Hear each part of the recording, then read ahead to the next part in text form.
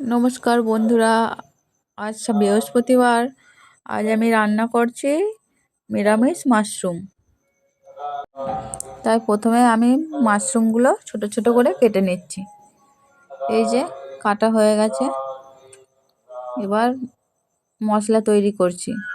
প্রথমে আদা টমেটো দিয়ে মিক্সিতে দিয়ে দিলাম। তারপর এই যে হয়ে গেছে, কিছুটা সরষেও দিলাম, সেটা দেখানো হয়নি। এবার কড়াইতে তেল দিলাম, তেজপাতা ফোড়ন দেওয়ার পর মাশরুমগুলো দিয়ে দিলাম। মাশরুমগুলো নাড়াচাড়া করে অল্প একটু নুন দিয়ে দিলাম। নুন দেওয়ার পর আবার নাড়াচাড়া করার পর ওই পেস্টটি, আদা রসুনের পেস্টটি দিয়ে দিলাম। এবার হালকা নাড়াচাড়া করলাম। নাড়াচাড়া করতে লঙ্কা গুঁড়ো, জিরে গুঁড়ো আর হলুদ গুঁড়ো দিয়ে দিলাম। দেওয়ার পর এই যে ধনেপাতা, এরপর ধনেপাতা দিলাম। ধনেপাতাটাও দেখানো হয়নি।